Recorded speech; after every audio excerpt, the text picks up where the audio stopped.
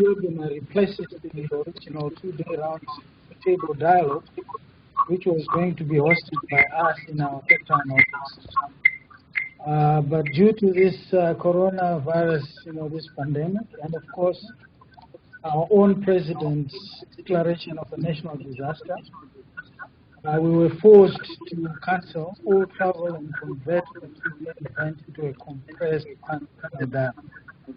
So you are most welcome, and I hope we will be able to do justice to this webinar, which is really twofold. I think the first is that the dialogue provides an opportunity to share the findings of the South African BRICS think tank, which was funded through a research project on clean technologies and renewable energies in big cities. The second topic is to link up with the researchers and policymakers who are actively engaged in researching or promoting the expansion of renewable clean energies, clean technologies.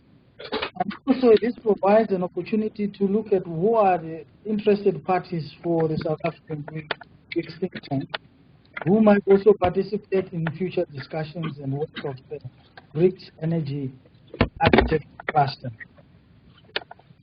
And more importantly, also to think through what would be the kinds of research programs that to focus on forward. As you know, this cluster is shrunk over the past few years. There's only 2 people right now. My understanding is Kamleshan and Krish. And we are very keen to make sure that other people also come and participate in that cluster. So anyway, we will see what we can do with this technology given the coronavirus. But we will the discussion panel make sure that we coordinate the inputs. What we are also expecting out of this event is to develop a policy brief to the BRICS New Development Bank and the BRICS energy ministries and regulators regarding the appropriate efforts tailored to the needs of the BRICS. So we are hoping that this will be developed based on the recommendations that are going to be shared by the presenters and the direction and the content of the discussion of this webinar.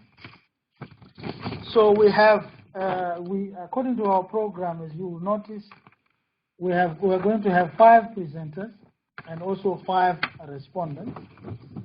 But also just to highlight that our second presenter, Professor Natalia Milovantseva, she will no longer be presenting because she's not feeling well. So instead, we're also going to have Ms. Mandvi Kush-Retna, who will present. But before I hand over to Krish to share with us how we are going to proceed with the presentation, I would like to indicate that we have allocated 15 minutes for the presentation and 5 minutes for the respondents. And we'll be using our discussion window for questions. So if a person wants to ask a question, they will indicate on our discussion window. But anyway, Krish will give us a summary of how we're going to manage the discussions. Chris? Okay, thank you, Charles, and good afternoon to everybody. Thank you for joining us. A great honor and privilege to have you all on here today. Together with Kamleshan, I'm representing the BRICS Energy Architecture Cluster of South Africa. We have a paper that we'd like to present as part of the panel today. But before we get into the presentation, I'd just like to run through a few technical issues so that we understand the process of how we communicate over video. Thank you all for installing the plugin and testing it up to this point. I hope that technology won't let us down over the course of the day. What you need to do in your window, what I've done at the moment is I've muted and switched off the video of all the participants on the discussion right now. As we cycle through the program, I will unmute and bring the video back of the particular speaker that is involved. When you'd like to make a comment, what I suggest is that I hear this. I see a lot of people are mentioning there's some feedback on the line. Kamleshan, you mentioned there was feedback. Are you able to hear me now? It's now. I think now that you've switched everybody else off, it's better. Is it clearer now? Okay. Shall we proceed? Okay. Yeah, what I'd like to do then is just to quickly share my screen. I've got a quick tutorial about how these buttons work on your screen. So when you have the video open, I've got a picture from earlier. I just put a few bubbles on there to describe what's going on. As your mouse hovers over your screen with the video, there's a button on the far left that will show you how to show or hide the people that are participating in the webinar. The second button from your left will help you show and hide the group chat. So you've just got to press on that button. Towards the middle, there's 3 key buttons there which are very important. First, the icon for the camera that will help you show yourself, and then also mute your microphone next to that. And then the third button next to it is to help control the volume which comes through on your side. So that's just to give you a quick sense of how we go about controlling this. So from now, what we'll do is I'll hand back over to Charles, and we can run through the program. And thank you again. Okay. Thanks so much, Chris, for sharing with us the tricks of how to handle this. We are all learning, and I hope we'll become better as we use this technology more. The first presentation is by Kamleshan, and I will briefly just introduce Kamleshan Pillay.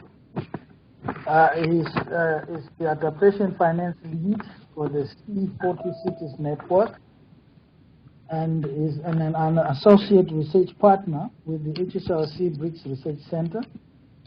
His main interests lie in climate finance innovation and the development of tools and instruments to address climate change mitigation and adaptation. And his talk is going to be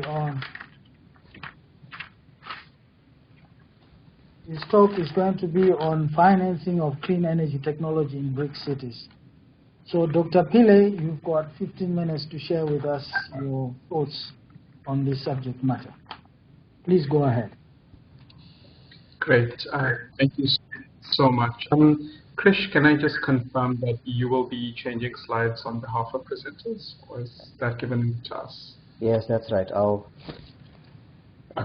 great. I'll transition the slides. Okay, great. So if you can just switch over to the introduction slide, slide 2, I'll start to go through it. Great. So, I mean, I'm not going to spend too much of time on this, but I often do this just to give presenters and participants just an overview of the challenge that we're facing. But I think we all know the magnitude that climate impacts pose and the potential changes that will culminate over the coming decades. I think the one thing that I'd like to point out here is that the BRICS coalition has recognized this from an early time in the development of the coalition, and it has been communicated initially in the first communique, and it has continued throughout BRICS discussions. The reason for undertaking this research is really that even though the BRICS are an influential body, it's difficult to understand exactly what that translates to in terms of policy action and implementation. We've chosen cities, obviously, because of an interest in these areas, given firstly, the amount of people that live in these areas, as well as the economic growth potential over the coming future, as well as their exposure to climate risks in the future. And lastly, the levels of implementation that will occur in these cities to meet the population's needs. So there was a natural fit to try and look at cities and then look at the alignment of BRICS policy in terms of implementation, and ultimately ask ourselves the question of whether the BRICS mandate is delivering what we see in terms of implementation on the ground. So Krish, can you just switch over to the next slide? Great. Obviously, as I've mentioned, cities are critical elements. They're vulnerable to the impacts of climate change. But most importantly, they sit in a unique implementation position. And this, Krish, I don't think it's swapped over. Just make sure. There we go. Yeah. So can you just, if you look at the first 2 points, I think that those are the takeaway messages from the slide, is just that renewable energy is often something that is cited as being, the vital central point of climate change mitigation and leading us to a climate resilient, low carbon future. And cities are, possibly going to be where the greatest amount of implementation occurs. The question is whether cities actually are involved currently, or whether they're restricted by national legislation and policy. And thereafter, what can financing do to alleviate some of these challenges and barriers, and to what extent are they currently allowed to, under current legislation, be involved?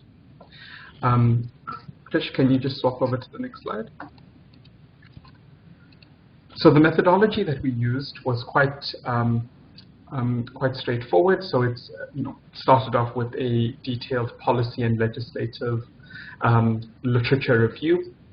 Firstly from the BRICS policy level, but then also from the different national governments that make up the BRICS coalition. This was complemented by a city-level data, a quantitative analysis, and we used data that was acquired from the C14 network, as well as from the Carbon Disclosure Project, which basically is a questionnaire that cities fill out every year, which outline their climate risks as well as their emission inventories. During this analysis, we also undertook case studies of 2 cities within each of the BRICS countries to understand, what are the city-level policy objectives, as well as what they are doing in terms of implementation on the ground. At this point, I'd just like to point out, given the length of the presentation, I haven't disclosed any of the city case studies that we've put together, but I'm happy to share that upon completion of the presentation by the HSRC. So Krish, can you just switch over 2 slides down, please? Got it. Yeah. So as I've mentioned before, one of the things that comes across very strongly within all of the BRICS climate-related communications is that climate change is something that they identify as a serious threat. And I think initially during these summits, it was seen to be a comment that was put in more out of need of completion rather than something that was taken seriously. And I think in recent years, with the development of the new development bank and some of the lending practices towards more climate-related projects and programs, and most notably renewable energy projects, we see that the mandates have translated into implementation. Of course, the BRICS Bank, or the New Development Bank, is still in its infancy in comparison to other development finance institutions, but there is some movement towards growing the institution and therefore the lending towards renewable energy increasing in the future. Krish, can you just switch over to the next slide? Got it? Yeah. So I think the takeaway message here is that, at the last 2 BRICS summits, there has been more disclosure or more detail provided about the Paris Agreement and the need for BRICS countries to align with the Paris Agreement. Noting that certain countries haven't provided really strong emission reduction targets within their NDCs, and most of these being conditional based on receiving international climate finance via the Green Climate Fund. So even though many of the BRICS communications do outline climate change as being a priority, in reality, we see that there are a lot of caveats to whether the implementation actually is undertaken, and most notably, the financial constraints that would reduce the levels of implementation that happens in these BRICS cities. Krish, can you switch over? I'm going to skip over the slide because I think the devil will come out in the detail in the coming few slides. So I'm going to just focus on the analysis. Can you just switch over one more slide? Thanks. It's a bit unclear. I don't know whether it's full screen on your page. But I think the one thing that comes through very strongly in the analysis is the continued dependency on fossil fuels within all of the BRICS cities. This is unsurprising given that the national context of many of these countries still cite the need for fossil fuel sources and still continue to provide large and substantial fossil fuel subsidies, which allow for these sectors to continue to exist in these countries. Brazil obviously is a unique example because there is a high provision of hydropower that is provided to the city. So if we had to think of this in a green context, Brazil would probably be the greenest. But obviously they face significant climate risks in the future, and therefore there may be stranded assets owing to higher drought frequencies, which may reduce the effectiveness of hydropower in the future. Obviously, the South African cities are still highly dependent on fossil fuels, but given the difficulties that our parastatal Eskom has faced in the recent past with financial issues, there may be a likelihood of more dependency being passed on to the municipalities, which may allow them to do things like small-scale embedded generation, as well as have their own power stations or renewable energy power stations as well. Trish, can you just swap over? Yeah. So I think this comes through from the CDP analysis. And the one thing that is clear is that cities have already realized that climate hazards are going to be one of the things that they face increasing exposure from. Given their reduced space that they have from a financial perspective, they are very limited in what they can do in terms of the implementation of new financial instruments to mobilize greater sums of capital for renewable energy implementation, but also safeguarding development gains. Trish, next slide, please. And noting that they have identified several hazards that have affected their cities or have the potential to affect their cities, many of the BRICS countries and their cities have implemented adaptation measures. That is not coming through from my side. I'm not sure why that's happening. I don't know whether everybody is on mute. We've muted everybody. It's just some interference on the line. We can still hear you, I think. Yeah, this is not ideal, but I'm sorry about that. So I'll just crack on. So with regards to adaptation measures, I think even though cities are doing this, they are still limited by the types of financial mechanisms that they can use to finance adaptation measures. So given the reduced return on investment and some of the revenue streams that are generated from adaptation projects, most of the adaptation finance is typically financed through multilateral climate finance, so that is public sector focused. But there is a lot of domestic spend from cities on adaptation, but given the scale of the problem in terms of trying to manage climate risks, this amount of money is seldom sufficient. Krish, next slide, please. So this is just a breakdown of the emission reduction initiatives that cities have undertaken in the BRICS. I have to say that the data provided from CDP within some of the questionnaires is less detailed from certain cities, and therefore the emission reduction activities are mostly targeted at the mass transit and waste sector according to this data.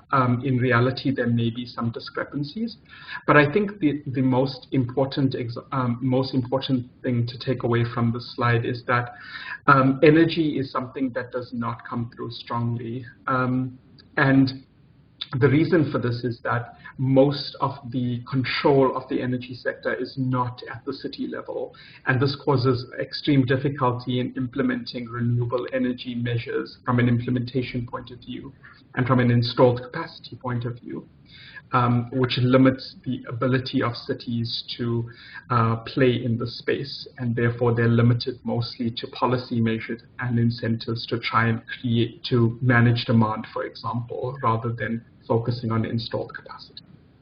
Krish, next slide. This is just regarding cities and targets. So even though cities have disclosed targets that are outlined in their CDP submissions, several cities have not done regular carbon inventory assessments. So therefore, there is no real strength to the target policies that have been initiated. Rather, they seem to be more aspirational. So the political implications for not reaching targets at city level are not really in place. And this kind of aligns very well with what is happening at the national level, where countries have submitted NDCs, and even though they've entered into a Paris Agreement, the enforcement mechanisms of not delivering your emission targets are really voluntary in reality. Krish, next slide. So I'm just going to close up with I think it's the next slide as well, Krish. I've talked about climate vulnerability assessments. Yeah, so political will. So this is ultimate, and this is, I would say, probably common in most climate policy work, that ultimately the determinant for how cities uptake or play a role in implementing renewable energy implementation and installed capacity will ultimately be determined by political will. In the case of most of the BRICS cities, this is still not clear exactly how they will play a role in facilitating the transition to clean energy.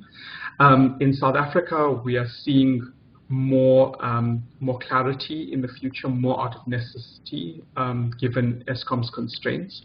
But it's still unclear how fast things will move with bodies like NERSA and in terms of licensing, which may inhibit or promote a renewable energy installation. So ultimately, political will remains the underlying key, and whether there will be more power passed on to city governments or subnational authorities to actually undertake implementation. Krish, next slide. So ownership and control and resource abundance. So this goes very much to political will, but ultimately there's a delicate balance between resource abundance and country and city mandates to continue with certain types of energy technologies. Given the dependence on energy, on fossil fuels in many of the BRICS countries, there is still a a favoring of these types of energy technologies, with renewable energy less so. And there is a potential for some of these energy technologies to become more abundant in the future, but they may also be limited, for example, by things like technical constraints. So in terms of the implementation work that we've undertaken, for example, in New York City, where we're doing solar PV, even though the city is looking at implementation across high-rise buildings, really the amount of solar PV that they could potentially implement is really limited by the amount of roof space that they have.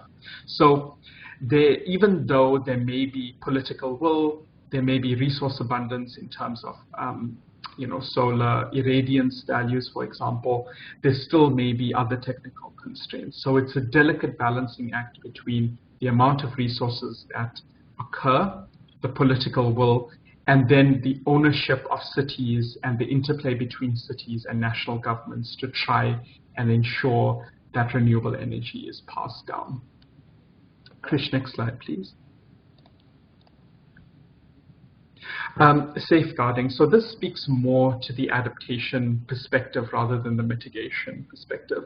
And in terms of some of the work that I've undertaken in my personal capacity with C40, it is the area which is less understood and also less favored in terms of implementation. So even in cities where there is a control given to city authorities to undertake renewable energy by themselves, the safeguarding of these assets is lesser in these cities, given a misunderstanding of how these hazards will affect energy generation in the future. So in terms of safeguarding, it's something that would potentially affect cities in Brazil, for example, given the drought impacts that have impacts on water shortages, which ultimately reduces the amount of power that can be generated from hydro. It's very similar to the Zambian case that is currently experienced for South African colleagues. In terms of risk transfer, so there has been several BRICS cities that have noted that insurance will become useful in safeguarding these assets. So the use of climate insurance products, catastrophe bonds, to manage the impacts of these climate risks. However, it's important to note that a lot of these instruments focus on reactive climate change. So it's often when a hazard is already occurring, and it's more to deal with things like avoided financial revenues rather than to deal with the actual safeguarding of infrastructure. I think the last slide, Krish, or the second last slide. Yeah, so this is just a brief summary, and it's basically trying to capture everything that we've done in the entire report. So I understand if some of it doesn't make sense, but what I would like to point out is, as I've said before, that political commitment is still the reason why implementation has lagged. And even though the city level has vast amounts of residents in terms of population size, in terms of economic growth potential, there is still a lack of political certainty which allows for private investors to invest in renewable energy cities, where cities do have the mandate to implement renewable energy. Consequently, we have cities that have to use their domestic budgets. Particularly in developing country cities, the use of own revenues for things like energy, given that national governments have the mandate to take control of these sectors, is not favored given the competing demands that they have to handle. So often education, social welfare, and health take precedence, as I guess we're seeing currently with the coronavirus outbreak. And then lastly, the jurisdiction of sectors. So I think the energy sector is one of those examples where national government involvement in terms of city implementation really restrict the possibility of implementation. And this can be worsened by different political parties having control over different provinces and cities, which will further reduce levels of implementation. So that's all I have for everyone. It's a very brief snapshot of the research that we've undertaken, but if you read this in conjunction with the report, I'm sure it will make a bit more sense. So thank you. Okay, thank you very much, Kamleshan. Colleagues, can I suggest that because we are going to have the presentation one after the other, and I'm suggesting that you can jot down the points and the questions that you would like to raise with the presenters. I trust that is in order. The second presentation we're going to have is by Dr. Xing Yu. Dr. Yu works with the Institute of Urban and Environmental Development, which is affiliated to the Chinese Academy of Social Sciences. And the presentation is going to be on generating economic development from renewable energy. So, Dr. Yu, you've got 15 minutes to make your presentation. Okay, could you hear me? Yes, well, I can hear you. I'm sure. I don't know if my colleagues. I'm sure can hear you. Yes, we can hear you. Welcome, and go ahead. Yeah, it's great because the internet here is not stable. Yeah, I'm worked for the Institute for Urban and Environmental Studies, Chinese Academy of Social Sciences. So we are a national think tank and do the research in the field of the social science. And we have a long-term cooperation with which is RC. So I'm glad to share some research and experience and opinions about climate change, how to address climate change in China. So today we're talking about how the industry green development contributes to addressing climate change in China. The next page, please. Go ahead. Yeah. In China, since the reform and opening up, we have created a remarkable achievement in economic growth, but face pressure on the resource and the environmental development. So from the 1960 to the 2010, we try to how to finance the economic growth and the environment development.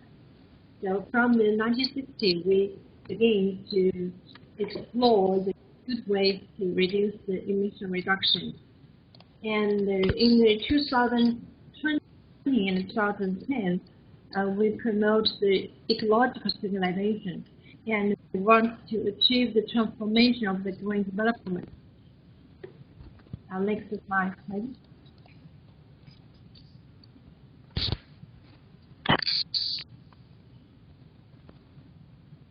Okay, so in China, the green development in industry is very important because the industry is contribute a lot to the economic growth in China. In 2018, the scale of China's industry added value exceeded 13 trillion yuan for the first time, but at the same time, industry is responsible for the energy consumption and the carbon emissions, and they will account for the 60% of the nation's total carbon emissions and energy consumption.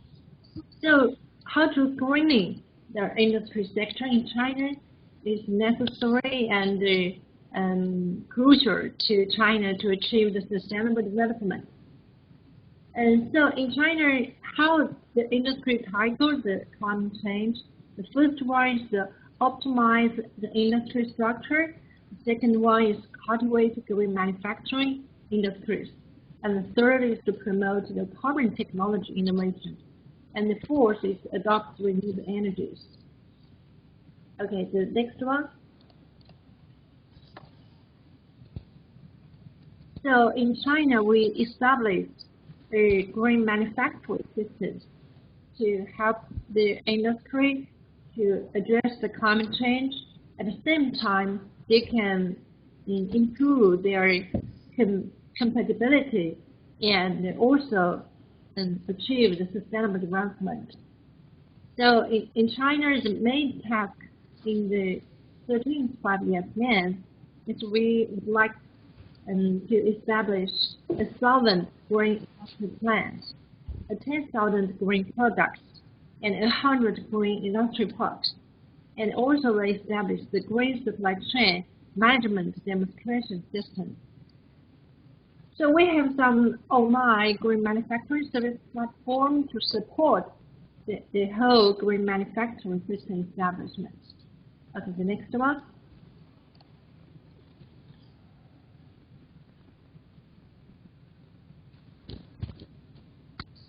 So I will have a quick introduction of the green product. The green product is focused on the intensive energy consumer product. And we have a lifelong life cycle assessment and change of the whole manufacturing system. So from the design and to the distribution, to the manufacturing and retail, and the use and the connection, and the reuse, recycling, and the energy recovery disposal. Yeah, this is the circle line and it's a lifelong time circle. Okay, the second one is the green industry plan. The green industry, the next one, please.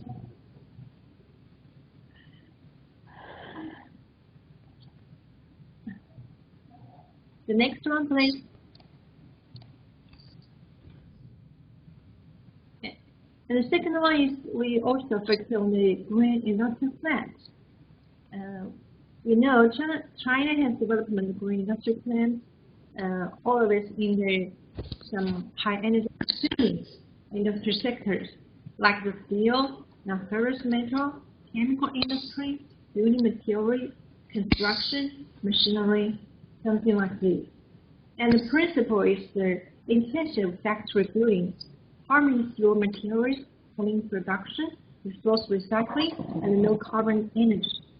So right now, more than 10,000 green factories have been created so far. Okay, the next one.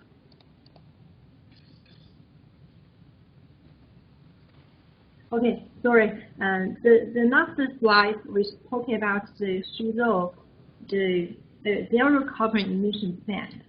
So this is the zero carbon emission plan in China. Is our target to stimulate more plants can achieve zero carbon emissions. And this one is about the China green manufacturing system. And this one is focused on the green supply chain.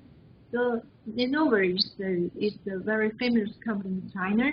So they were integrated the environmental thinking in the supply chain with the aim to minimize the environment and carbon footprint of the products or services, from the design to procurement processes, final product delivery, and end-of-life product management, and something like this. And the next one, please. Next one, please. I will talk more about the green industry park in China. So we all know the industry park is where group a lot of companies in a defined location. The industry park provides potential collaborative and efficiency gains, and they are powerful tools to promote economic growth and attract new business and generate employment. So maybe China, from the open and reforming up, the industry park in China contributed a lot to the regional economic growth in China. But at the same time, they also bring some negative environment impact, including the air, land, and water pollution, and climate change, something like this. So greening industry park in China is so important because about 16% industry output value will be produced in industry parks. Okay, the next one, please. The next one, please.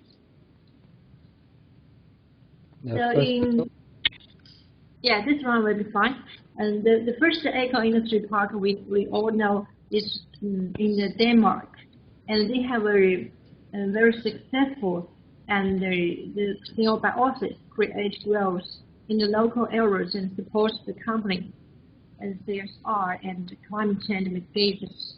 So the main principle is that a residue from one company becomes a source at another, benefiting both the environment and the economy. And green industry park in China is very similar to this one, but they have some difference. And okay, the next one.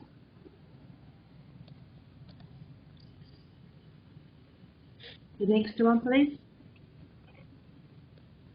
Is this one? No, the next one. Is that right? The next one.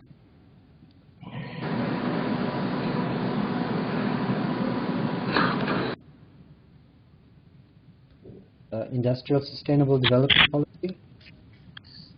Yeah, but I can't see you change the slide. Maybe it's my internet problem. Okay, so the industry sustainable development policies in China, and like we want to stimulate the circular industry park, eco industry park, low carbon industry park, green industry park, and we established a lot of the pilot industry parks in China. And this pilot industry park can collect some experience, like the technology, the infrastructure, and the industry development, a lot of experience. And this experience can be shared in the whole country and other developing countries. Okay, so in China, our model of the industry park green development, yes, we have some complete and effective policy leading model. And second one is we have very clear development goals.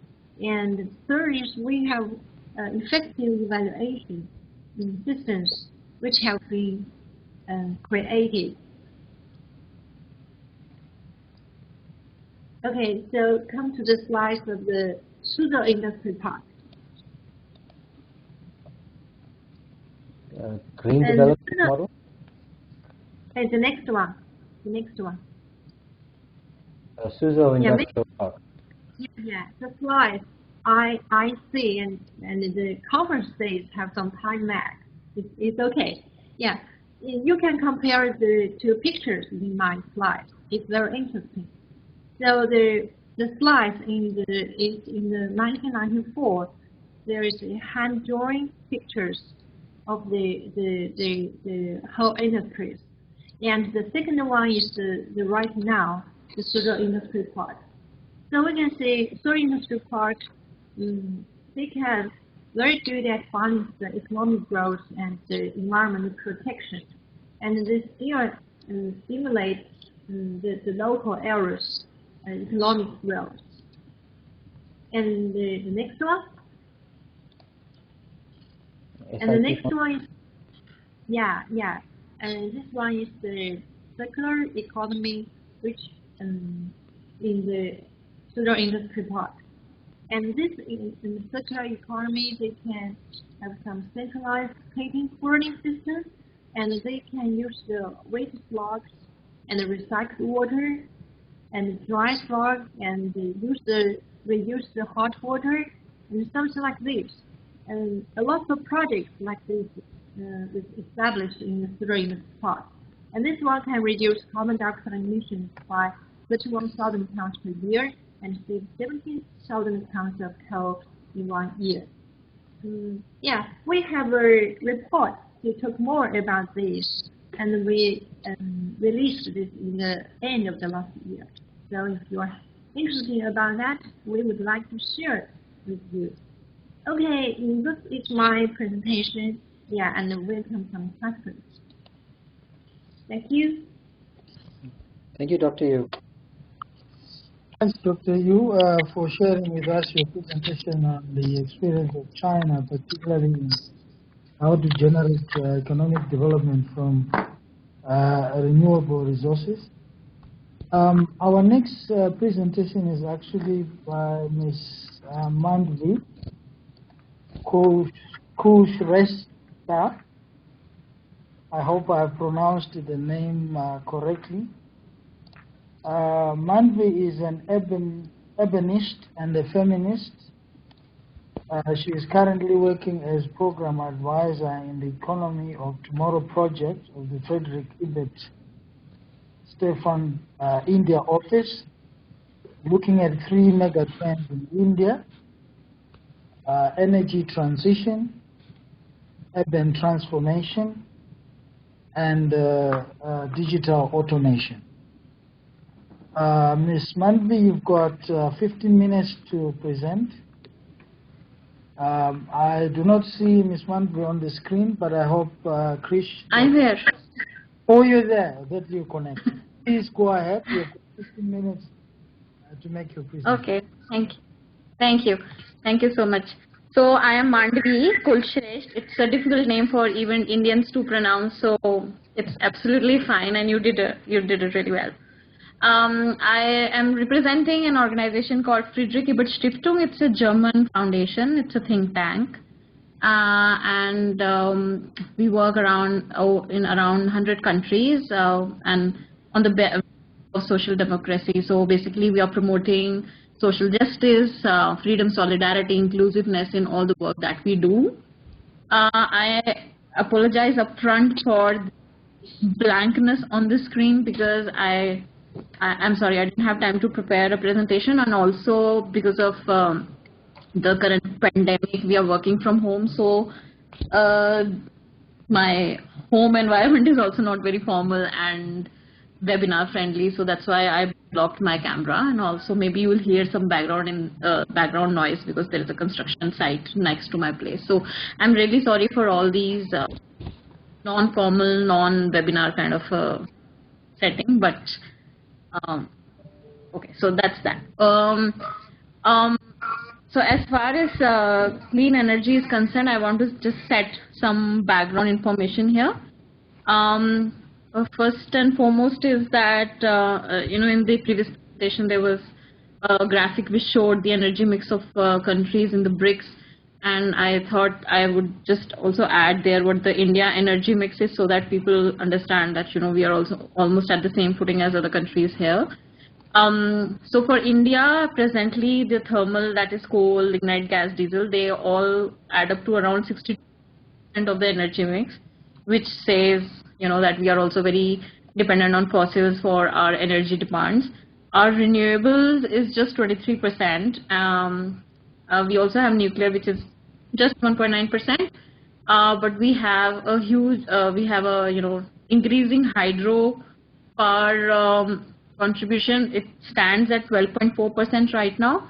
But in 2019, our government did a very wise and smart thing. They made hydro, they converted hydro into a renewable source. So basically it's now, reclassified it as a renewable source. I say wise because if, under the Paris Agreement, India has this commitment of upping the renewable capacity to 175 gigawatts by 2022. And if it takes hydro into the fold, then obviously, the capacities increase manifold in like one sweep. So that's that. So that's one thing. Also, to just briefly talk about how India is, responding to the climate. We have a national action plan on climate change in place, which lays down 8 different missions under it, like national mission, solar mission, national mission on enhanced energy efficiency. So they're like Green India mission, national water mission. So there are 8 of them, which were brought out in 2008, just before the the G8 summit in Tokyo in 2008. But that was done by the previous government. Now the present government, what they have done is they have also come up with some schemes and missions of their own, which should ideally come under the National Action Plan, but they don't, because obviously governments and how they play the game. Right now we are in a situation where we have 8 national missions and huge corresponding finances available under them, and also some new ones with again huge financial fundings under them. But because there are so many of there is basically everyone is lost in the how these have panned out. And also one more challenge here is that under the National Action Plan, actually the states also had to make some states, as in the different provinces in India, there are 29 of them. They also had to make their own action plans, and there is no coordination between the National Action Plan and the state action plan, and the local governments are absolutely clueless about it.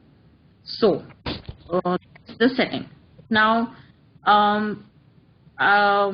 like it was said in the introduction, I am an urbanist and not energy researcher, but over the years FES has done some I would say really interesting and out of the box work in the field of energy transition, and I thought that I could share the same with the group here, because there are very crucial lessons learned there, and I think that is something that could be replicated in other cities across the BRICS region. So what we did around 3-4 years back was, when this national solar mission really picked pace, we thought that, and also because India is part of the International Solar Alliance, so there was a lot of push from the government to bring the renewables and solars into the common people's discourse. But we realized that as commoners, people are not so interested in putting up solar PVs or getting off-grid electrification systems. So after a lot of brainstorming and under one of the energy transition projects, we realized that it's helpful maybe that we piggyback renewable energy or clean energy discourse onto a broad-based societal discourse, say for instance health or education, and that has more uptake within the society. So we went ahead with something called Solar for Education, which was a rural electrification project for schools in rural India which were not connected to the grid. Now, so this was for rural, and there was also a component for the urban schools. So this was happening in 2 different provinces in India. So one example was taken from a rural place, and another one was taken from the urban area. In both the cases, the idea was to target government schools, and the primary idea or the primary vision is that one wants to increase the educational levels in government schools, because government schools are always underperforming, and there is a lot of incidences of school dropouts and no amenities in the in the school, whereby the kids don't feel up to going to the school. So how to make sure that the schools have 24/7 electricity and the students don't drop out. So we thought we'll work with government schools, and we say we provide you we provide you solar electricity so that your schools are running, and also the community benefits from this solar installation, because there are newer kind of jobs created, because there different kind of stakeholders in the communities can have different kinds of buy-in in the whole project. So the women can be involved in putting together solar PVs. There are the middle scale manufacturers who could be involved, and also for the O&M and upkeep and all, stakeholders could be involved. So that's how we went ahead with the program. But yes, one of the one of the challenges, the bigger challenges, was how to finance such a thing, because from the government, all the big missions that are there, the national solar mission and this and that,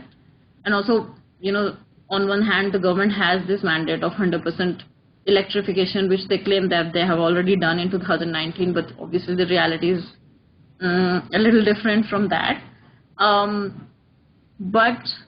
one of the challenges also that for a common citizen or a layman, accessing these finances, the big finances which come under these missions is not so easy. And within that, we realize that, there are 4-5 avenues which can be explored to make sure that, these finances are available to the common folk. So one of the ways that we was going with priority sector lending finances. So the banks have already a mandate from the Renewable Energy Ministry, and they have laid out some priority sectors. So the priority sector lending is one option, but we also realize that within that the banks are happy to lend out loans to, say, solar agricultural pump sets or commercial enterprises whereby they see a clear revenue generation plan. But for something like school or health or household, since there is no revenue generation, they don't see them as a probable, lender. Then we also explored the idea of taking the RESCO model instead of the CAPEX model, whereby, which is a kind of a boot model, build, operate, transfer, whereby there is a developer who is owning the solar installation and runs it, and the school only just gives the electricity bill and leases out the rooftop to the developer. So that's one model that that was thought to be pretty decent. And the other one was again a tripartite kind of a system where the Prime Minister has several schemes, like also loans for renewable energies and all. There is a Prime Minister Mudra Yojana whereby small enterprises can take loans up to 10 lakhs or something, like 1 million or something. So whereby the tripartite agreement is made between the bank, the developer, and the NGO. And that also seems more or less like a RESCO model, but here again the liabilities are safeguarded because the bank and the developer take the operational and the installation part of it.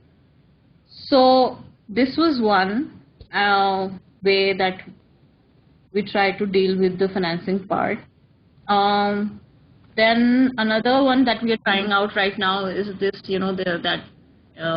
India is coming up big way in the e-mobility or low carbon mobility space, and there is a lot of focus right now on providing electric vehicles and hybrid vehicles. So government has come up with a program called FAME, which is called the Faster Adoption and Manufacturing of Hybrid and Electrical Vehicle Scheme, whereby there are a lot of subsidies to the manufacturers and infrastructure providers of the electrical vehicles. And this has been launched by the Heavy Industry and Public Enterprises Ministry, which also means that the automobile sector per se has to be on board for this to be effective. So right now under this project as well, we are trying to see how well to connect different kind of funds available in different government schemes, and whether one can actually pool them all to create like a fund which could be accessed for e-mobility transition. But obviously there is a stark difference between the two projects. One is that the Solar for Education was meant to take forward a community, a growth and empowerment of the community. So there the loans or the finances required are much lesser. In the e-mobility sector, it's probably the industry, the manufacturers or the automobile industry, which needs the funds. So the financing, terms and conditions of the financing and all is different that way. So yeah, these are the two experiences that I could share where we have tried financing options for clean energy, and I'll be glad to answer any questions later on. Thank you. Okay, thanks so much for sharing with us some very concrete examples where the application of clean energy has taken place in the area of education and also the automobile industry. I'm sure you'll have questions and comments later on. In the interest of time, I would like to ask to proceed and get a presentation from Ms. Peter Wolf, who is going to present on Sustainable Energy Africa. Peter Wolf is a Managing Director of Sustainable Energy Africa. He has worked on a range of climate change and energy projects. This included research and facilitation, capacity building, data analysis and development within all three spheres of government. And she has written papers and contributed to publications and given talks on sustainable energy and climate change. So, Ms. Peter, you can please go ahead and give your presentation. If you can do it in less than 15 minutes, we'll appreciate it as well. Thank you. Thank you very much.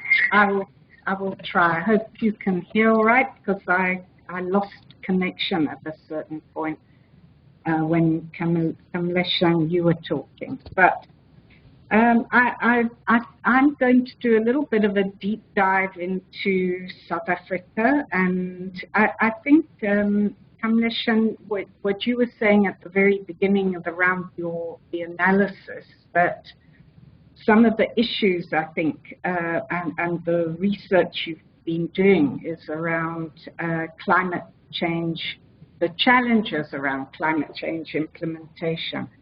And I think what I'm going to try and give a snapshot is that actually there's an enormous amount of work that is happening despite challenges around capacity and resource and financial capacity. I'm going to try and whip through. Krish, I'm sorry, I should have done way less slides, but most of them are pictures. So let's just flip through to the third one, maybe. Yeah, go to the next one, please. Oh, here we go. I think we all know that South Africa is 66% urbanized, and in actual fact, if you go to the next slide, please. We did a study some years ago, which was based on the census data of 2011, looking at the energy and emissions picture from 27 cities across the country. I think we all know that our industry is very energy and carbon intensive, but if you look at the cities, you can see that actually 40% of all energy consumed in the country was sitting in these cities. And so the potential around policy really does lie at the city level. And most energy is consumed in the transport sector, largely urban sprawl. We have very poor public transport.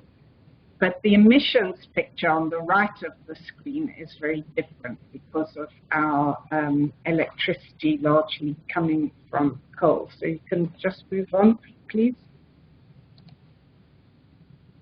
To the, I think the critical issue that we need to be looking at, and I think it came up in the last presentation as well, is the issues around poverty and energy poverty. So roughly 50% of our population are energy poor, and we have a growing informal sector, which is in part within the city level, in part due to migration in search of better jobs. Go to the next screen, the next slide, please.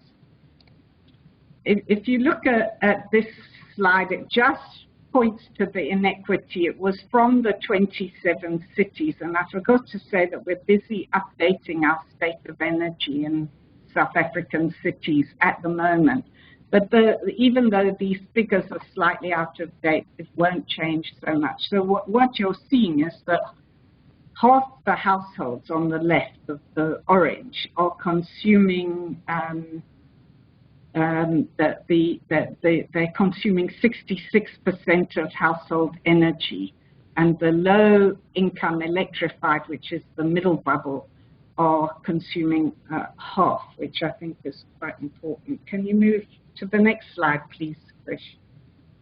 So in that study, we did some indicative modeling, and all I want to say is that the modeling that we did, and we have a slightly updated graph, in fact, taking into account some of the expansion around small-scale embedded generation, that the move, so if you take the lower light green or whatever the color looks like on your, it's bringing in efficiency, local generation, and rooftop PV.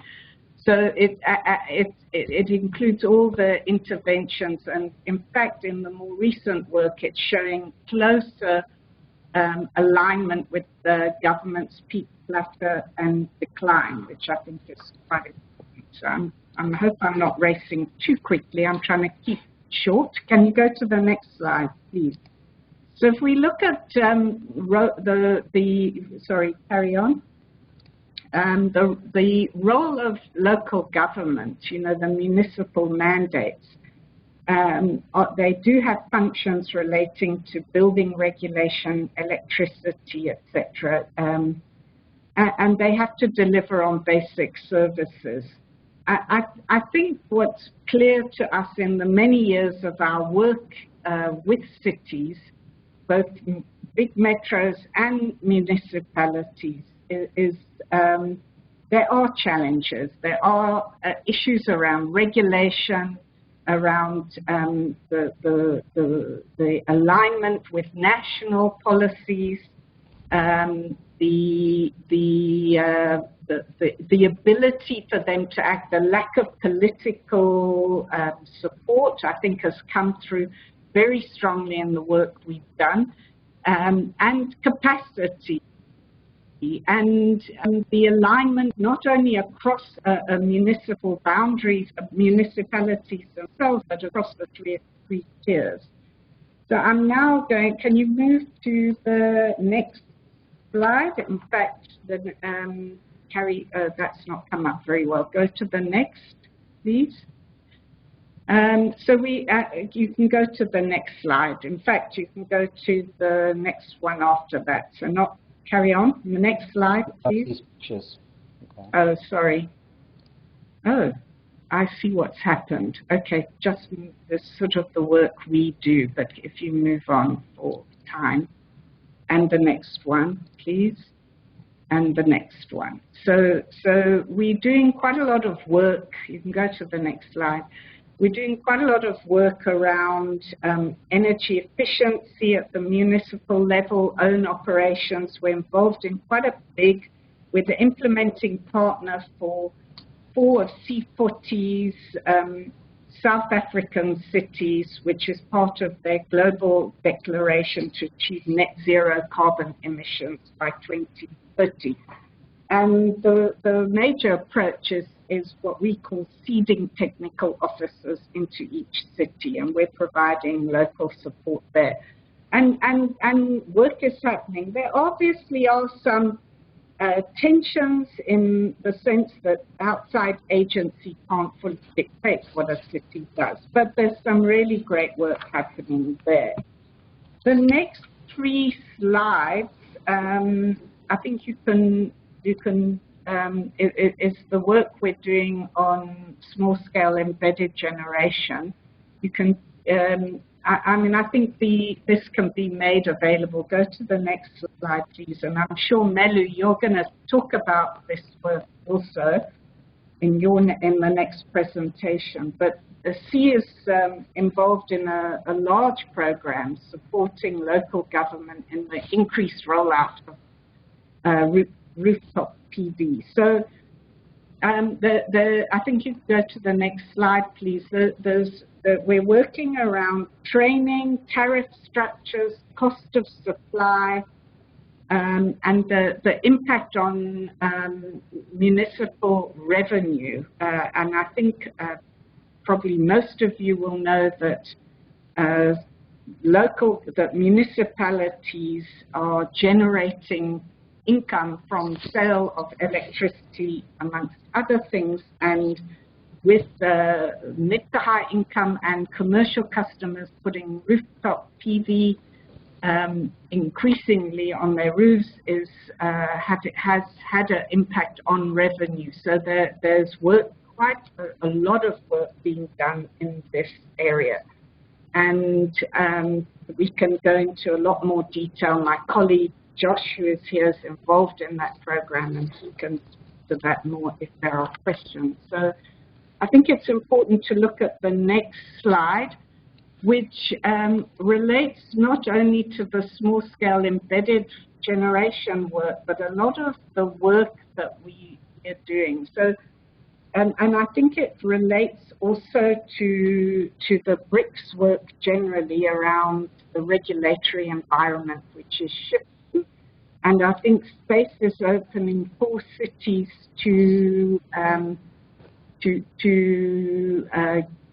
generate or at least buy from IPPs. And I think some of those South Africans here will be aware of what happened at the State of the Nation address and what's subsequently taking place. City of Cape Town has a court case pending, which is quite interesting.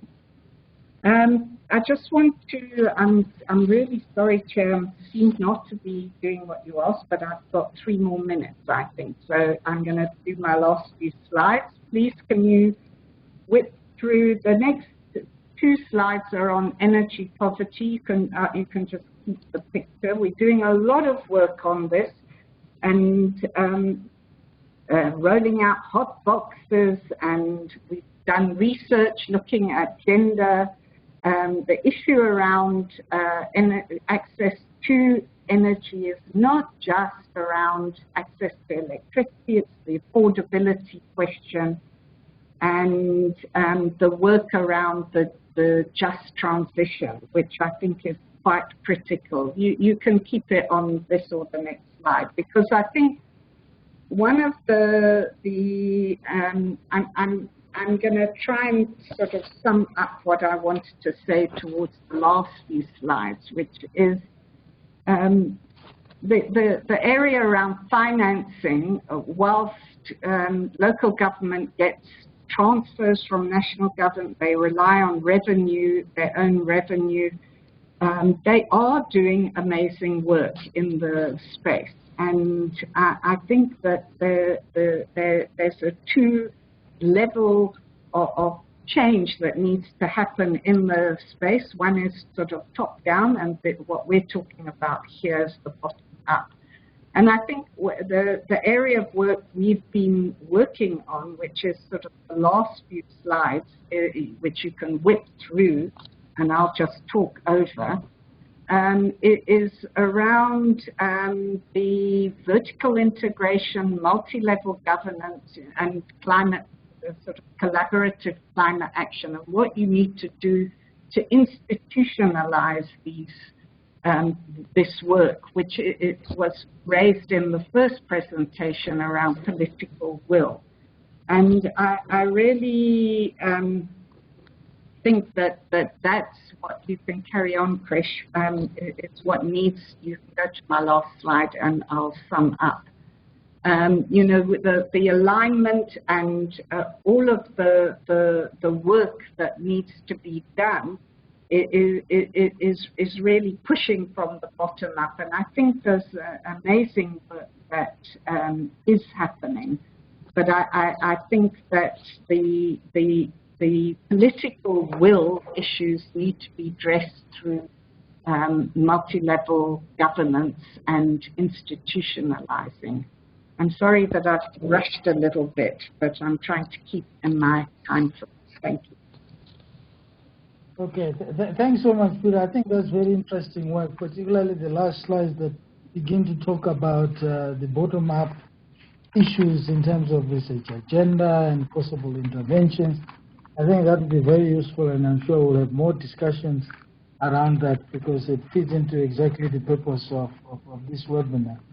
The last presentation we are going to have is from Melusi Ndlovu, who's going to talk about financing municipal climate mitigation projects. Ms. Melusi works with the South African German Energy Program and is active in municipal climate mitigation projects. He has previously worked with the Sustainable Energy Africa and has helped develop several case studies on municipal clean technology projects. So, Melusi, can you please go ahead and share with us your presentation? Okay, thanks, Charles. Good day, everyone. What I've done here is I've just prepared a couple of projects based on the type of funding mechanisms that the different municipal projects were funded. So the way I've structured the presentation is that we start with, Chris, you can go to the agenda, which shows the different financing mechanisms that we look at. So we look at projects that were funded from municipal-owned capital expenditure, also look at grant-funded projects, blended finance, and the new green bonds being issued by some municipalities, and look at climate finance and public-private partnerships. I thought I should start looking at the municipal-owned funded projects because, as Peter mentioned, in most cities, you can go to the next slide, Crash. In most cities, you find that getting an internal budget to implement a clean energy project is usually very difficult, unless if the project has been institutionalized, as Peter mentioned, that you have got maybe a sector plan and a strategy which the project would align with. Therefore, it might be easier that way to get a council budget vote to get the project financed. So I'll take an example of the city of Johannesburg's combined heat and power plant, which was implemented at the Northern Works. Next slide, Chris. This is one example of a municipal unfunded infrastructure clean energy project, which is a combined heat power plant operating on biogas from the wastewater treatment works. The project is implemented by the City of Johannesburg's water unit, which is a municipal-owned entity which operates all bulk water and wastewater treatment facilities in the city of Joburg. With this plant, the Northern Works is the biggest plant within the city of Joburg, 430 megaliters per day of wastewater being treated. So the project was funded internally, but if you hear the story, the journey to, in terms of the project development and how it finally got the green light to be funded within the municipal coffers, it needed someone who was a strong champion to advocate for the implementation of the project. So this project was implemented in 2012. However, the budget allocation was allocated in 2010. The unfortunate part about this project, even though it's a 32 million rand project, is that currently the project is not, the CHP plant is not functioning. There are many reasons towards why the plant is not functioning, mainly related to the sludge train, because the operation of the CHP plant is separate from the wastewater treatment works. So there wasn't any good feeding of sludge to the CHP. Okay, now going to the next example that I chose to share with you is the recent case of Ekurhuleni Metro Municipality. Ekurhuleni has set aside a budget of over 17 million on an annual basis to implement a total of 2 megawatts solar PV on their municipal owned buildings. However, due to the regulations that we had when they started on this project in 2016, all single installations were to be limited to less than 1 megawatt, which is for on-use embedded generation. So that's why most of the projects that they are implementing will be below 1 megawatt. And they recently shared with us these two pictures of a 500 kilowatt and a 750 kilowatt system. They are also, speaking to them recently, they indicated that they are going into the phase 2 of implementation of this project. But what we are seeing also in municipalities is that, for example, the City of Cape Town has also set aside a budget of 120 million rand to expand their own solar PV installations within their municipal buildings. So that will move from that will shift their installed capacity from about 500 to maybe in the 2,000 kilowatt range as well. Besides renewable energy projects, we are seeing that some municipalities, like the City of Cape Town, is also self-financing the implementation of a municipal energy management system from their own internal funds. The reason why municipalities say they need to do some of these projects, they look at the economic and also the social and environmental benefits of these projects, and most of the time, these are linked to either their energy or climate change mitigation strategies. And then next slide, Krish. So, given the challenges within municipalities in terms of getting internal funds allocated for these climate mitigation projects, what we have mainly relied on here in South Africa is that we see quite a lot of municipalities getting grant funding from the Department of Energy, which is the Energy Efficiency Demand Side Management Program. Krish, next slide. This program has been very critical in terms of driving energy efficiency implementation within municipal facilities on municipal operations. The fund was introduced in 2009, just before the 2010 Soccer World Cup that was hosted by South Africa. The initial recipients of the fund were only, it was targeted to municipalities that were going to be hosting the Soccer World Cup. However, over the past years, we have seen the fund being extended even to smaller municipalities. So we now have municipalities implementing energy efficiency interventions, mainly looking at street lighting. The next slide. The interventions covered by this fund, because it's a retrofit fund, it looks at addressing energy efficient traffic lighting, energy efficient street lighting. When we look at energy efficient LED traffic lighting, most municipalities are now 100% LED in terms of retrofits of their traffic lights. But there's also a shift towards implementing LED street lighting, energy efficient building lighting, and HVAC systems. But the fund has been extended to also address energy efficiency in the water infrastructure. That is your clean water treatment facilities and your wastewater treatment works. So given the lessons that the Department of Minerals and Energy has learned based on this EDSM fund, there is now a new fund. Krish, next slide. There's now a new fund which focuses on not only energy efficiency, but also integrating renewable energy. This fund is mainly targeted at wastewater treatment works, because that's where you have got a potential to combine renewable energy, being your CHP interventions, with energy efficiency to get maximum results in terms of your bang for the buck. So the other example that I would like to look at is your blended financing. For example, if we speak of this Durban eThekwini Metro, the landfill gas to electricity projects that they have at Bisasa Road and Marian Hill. Next slide, Chris.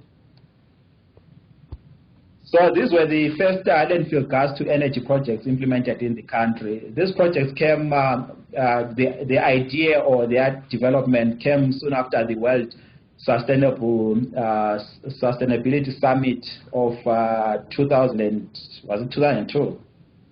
So we saw quite a number of international development agencies like the World Bank and also the French Development Agency providing a loan. But the national government was also funded the project through the Department of Energy and the Department of Trade and Industry through a grant funding.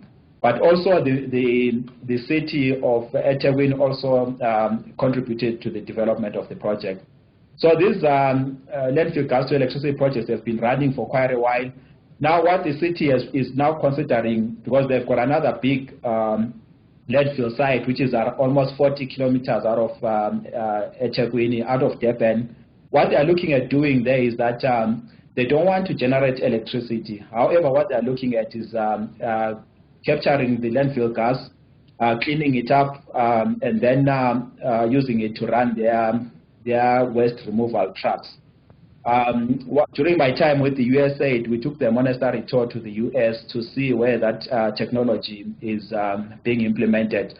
I think now the challenge for the municipality to implement this biogas upgrading project will mainly revolve around the funding, because the project wasn't economically feasible without any carbon credits.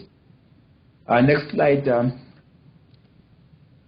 So there is a growing interest within our cities to explore the utilization of green bonds. So as a way of expanding the pool of investors that they can consider in terms of getting funding to implement climate mitigation projects. Because as I mentioned earlier, it's usually difficult to get these projects funded internally. So cities are exploring different avenues to get the funding. Next slide. The city of Johannesburg was the first city to register a green bond with Johannesburg Stock Exchange. That was in 2013 and 2014. What is quite interesting with that green bond is the amount of interest that the investors showed in terms of investing in this bond. And the bond was oversubscribed. It's a 1.5 billion rand bond, which is equivalent to $143 million US. This bond will be used to fund mostly projects that are in the city's climate change strategy, which looks at rolling out smart meters for the municipal buildings, also installing solar water heaters, deployment of hybrid buses, and also looking at converting their metro buses from diesel to natural gas. Next slide. On the next slide, I show a picture of solar water heaters installed in Alexandra Township, which is an area where the municipality's electricity department, City Power, distributes power. And then those are the new diesel, dual fuel buses, metro buses. They basically run on diesel and natural gas. The city's target is to have the buses run 70% on natural gas, but they're having some teething challenges on that. And then next slide. I thought I should also, the City of Cape Town also had its own green bond that it introduced in 2017. Funny enough, with the City of Cape Town's green bond, it was oversubscribed. Like within 2 hours of listing, the offers were above 4.9 billion, yet the city had set a target of 1 billion. And the international ratings agency, Moody's, gave this bond an excellent GP1 rating, which means that when they looked at the green credentials of the bond, they thought it's a very good bond to be investing in. The bond will address adaptation and mitigation initiatives within the city, energy efficiency in municipal buildings, water management initiatives, water meter installations, and water efficiency in wastewater treatment facilities, and the rehabilitation of protection of coastal structures. Next slide, Chris. In terms of climate finance, these are the reasons why a city will look at adopting a green bond. Because if you look at the green bonds, they are mainly targeted large-scale projects. of which something that I need to mention is that if you look at most of municipal clean energy or climate mitigation projects, they tend to be of a small scale, not something that the commercial financiers won't look at. Because, for example, for us here in South Africa, banks like Standard Bank, they will tell you that they won't look at anything below 200 million. Unless if there is a dedicated fund within the commercial entity that can consider small projects. So having a green bond can also help small projects piggyback on large infrastructure development projects. Next slide. In terms of climate financing, we are currently the Department of Energy and the Department of Environment, Forest and Fisheries, with support from the GIZ, they are looking at accessing climate financing from the NAMA facility, where it is hoped that this fund will be utilized to improve efficiency in the built environment. That's the municipal infrastructure cutting across the different municipal facilities. And another, I think the last financing mechanism that I would like to talk about is the whole issue around public-private partnerships. We have seen eThekwini. I recently worked with eThekwini on 2 projects where they are looking at entering into PPPs. One for what can be classified as a conduit hydropower project, looking at a total of 4 megawatts. Power generation from their water infrastructure. And the second one is looking at the installation of solar PV on water reservoirs within the city. The reason why eThekwini Water and Sanitation Unit is going for PPPs is because they are finding it difficult to get the projects funded from within their municipal budgets. That's why they are now looking at leveraging private finance to implement these projects. So the project is being developed. These 2 projects are being developed according to the National Treasury's regulated PPP processes. I'll say this is a very it's a very detailed process to go about procurement, because it calls for quite a lot of transparency, and your financial the business case that you have to present to Treasury and also to Council needs to be strong. Therefore, municipalities need support in terms of getting external transaction advisors to support their feasibility studies and working through the whole regulated procurement process within the city. I think this was my last slide, and I'm happy to share more experiences during the discussion.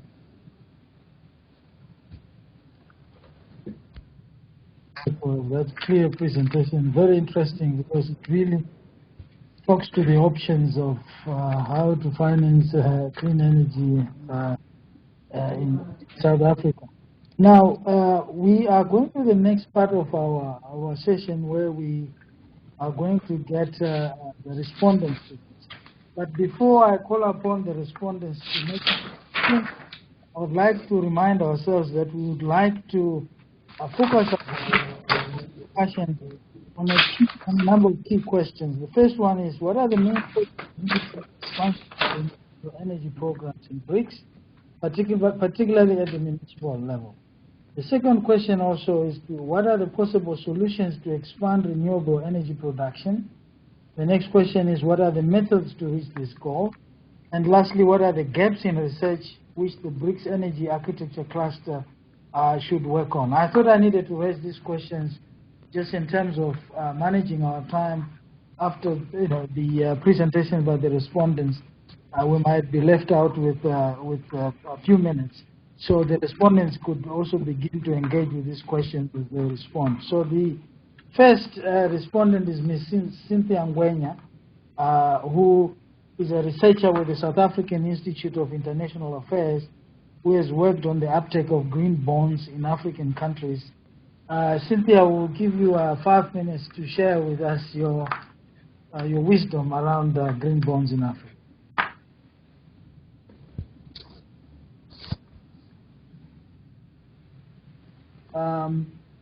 We cannot hear you, so Krish, can you? Yeah, Cynthia, try to unmute on your side.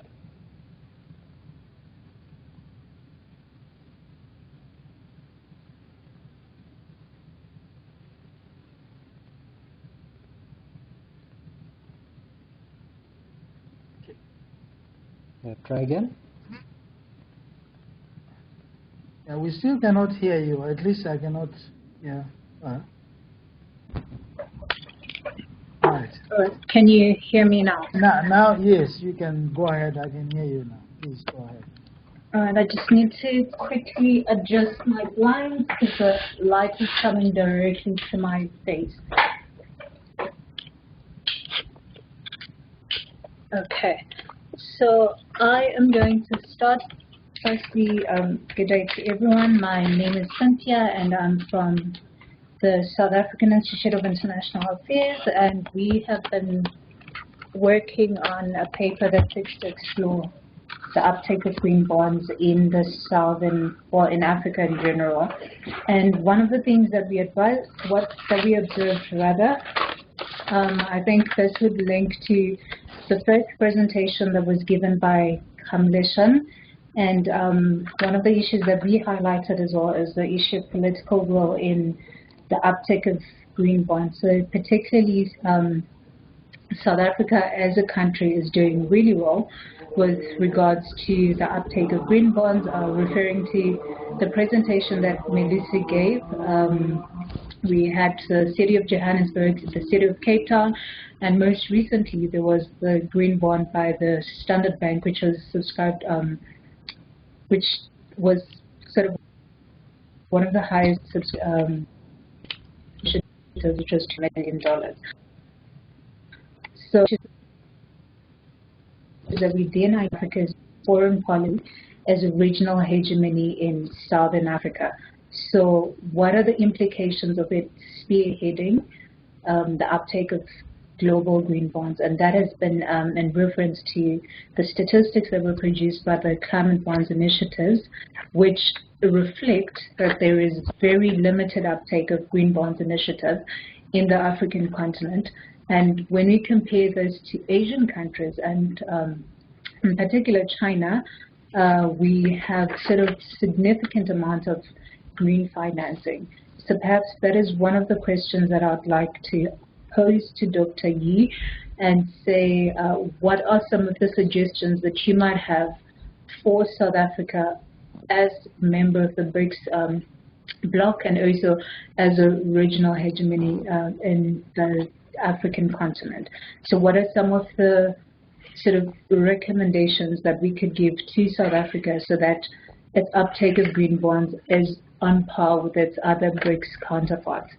And moving to the presentation that was given by Melusi, I think that was very detailed, and it also reflects on what we have been talking about, that there is considerably a very good uptake of green financing.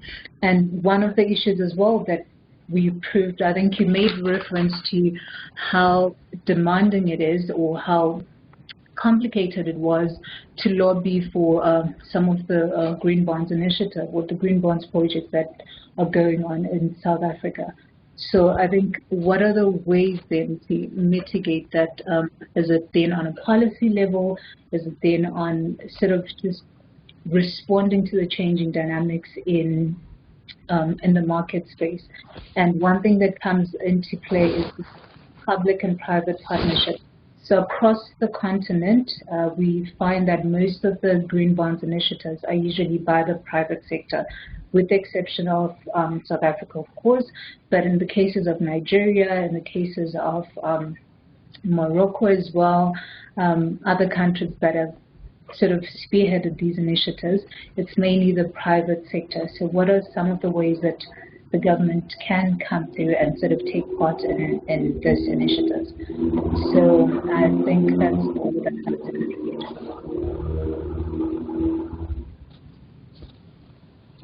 Now it's additional time for discussion. I think that was quite useful in terms of understanding the African experience as well, just apart from South Africa. The next respondent is Ms. Lindile Mapumulo. who works with the South African Local Government Association on various climate change related projects. Can you please go ahead and give us your quick response to the presentation? If you can do 5 minutes or less, that would be appreciated.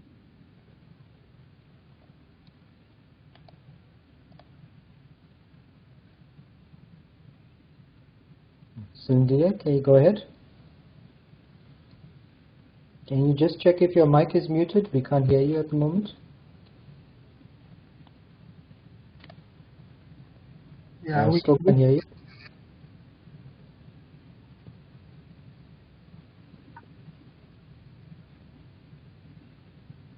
No, still nothing now. Yeah, I think she's muted and we cannot hear her. Maybe if you can give an instruction on how to unmute. Sindila, if you just look to the bottom of your screen, there's a mic icon. You just click on that.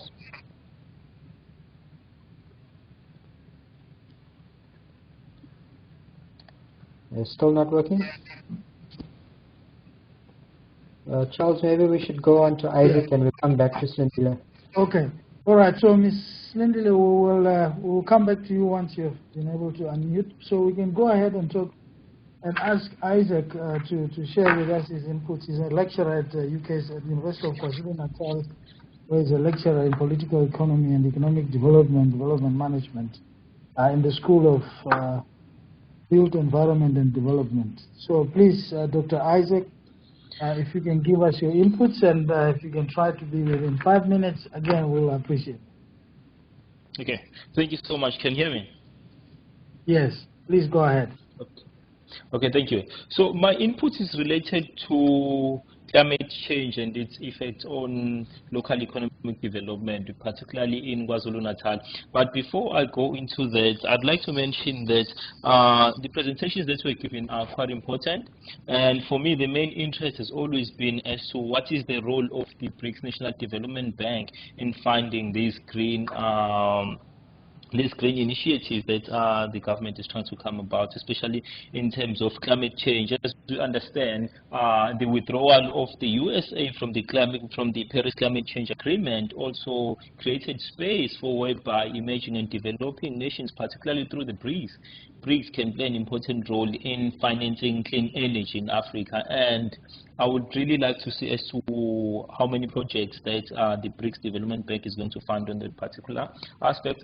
But then again, on the presentation that I'm going to make, majority of the points that were made by the different presenters will also link to this, because I'm also looking here at the multidimensional poverty index in South Africa, and we see that critical issues such as energy become a focal point or become focal drivers of poverty in South Africa. And again, for other main important factors such as access to water, those are some of the leading drivers of poverty and unemployment in South Africa. But in terms of the presentation that I'm going to make, it's basically focusing on how climate change has impacted on some of the radical economic transformation projects that the KwaZulu-Natal Department has. For example, the starting point will be looking at some of the issues that impact climate change, particularly focusing on how the poor gets to be the most affected by such. I mean, in KwaZulu-Natal, we have places such as Quarry Road, whereby whenever we have heavy rainfalls, we realize that a lot of people are affected, especially in terms of some of their shacks being, because it's an informal settlement, some of their shacks are always swept away by the heavy rainfalls because they have built next to a river. So those are some of the things that, again, we are also trying to unpack. But then in relation to local economic development, I'll basically focus on one project that the KwaZulu-Natal government has been spearheading under the leadership of the Premier Sihle Zikalala, and that is called the Radical Agrarian Socio-Economic Transformation Project, whereby the government has targeted the idea of turning small-scale black farmers into large-scale farmers in the South African context. And again, there is a means of ensuring that there is transformation in the agricultural sector. So And again, as you understand, KwaZulu-Natal contributes a huge share of the GDP in terms of agriculture, and there is noted in that about 24% of agricultural land or agricultural activities happen in KwaZulu-Natal.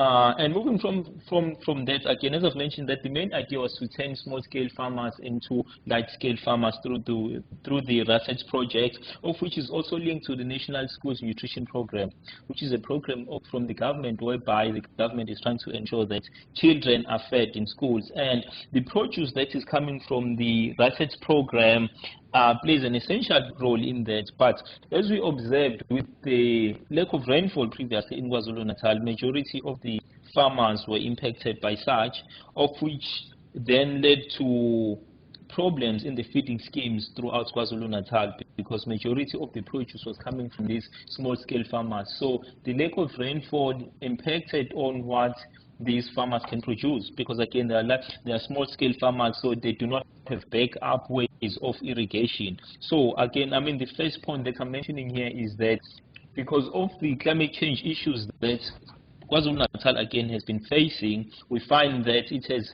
heavily impacted on small-scale farmers who in turn were producing for the government and then ended up suffering in terms of what they produce, of which again is also impacting on the value chain in KwaZulu-Natal in terms of the agricultural sector. So the main important factors that here I'd like to focus on was that it is not just an issue that is only facing the small-scale farmers, because again, as I've mentioned, it impacts on the food shortages, of which impacts on the government's ability to ensure that school kids, the feeding scheme in KwaZulu-Natal schools is ongoing. And as you understand, again, KwaZulu-Natal has one of the highest rates of poverty, particularly with some majority of the province being in rural areas. And again, these food shortages will also lead to food scarcity, and we understand that South Africa is not particularly sitting at a comfortable position when it comes to food scarcity, and that is in relation to more than 55% of the population living below the poverty line, and that's one of the issues that the country is facing. And again, so in terms of the value chain of local economic development, we understand that it has been heavily affected. And most of it is due to the climate change issues that we are facing in the country. So thank you, Charles. Thanks, Isaac, I think, for concretizing some of these issues and looking at specific examples of the impact of climate change and the value chain.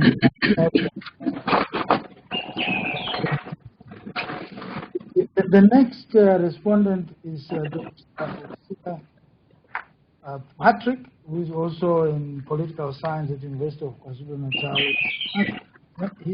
Patrick is with interest in investigating human and policy impact in the areas such as public policy, climate change, political economy, and sustainable research. So, Dr. Patrick, you know, in 5 minutes,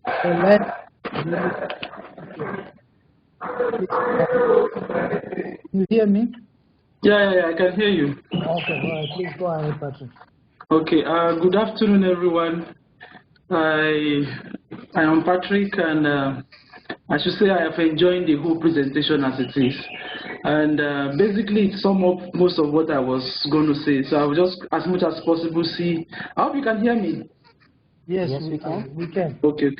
So as much as possible, I will just sum up the whole points I raised as a response to most of the presentation that has been raised. It's basically an agreed perception as it is now that climate change is real, and it is affecting livelihood, and it's affecting places as it is.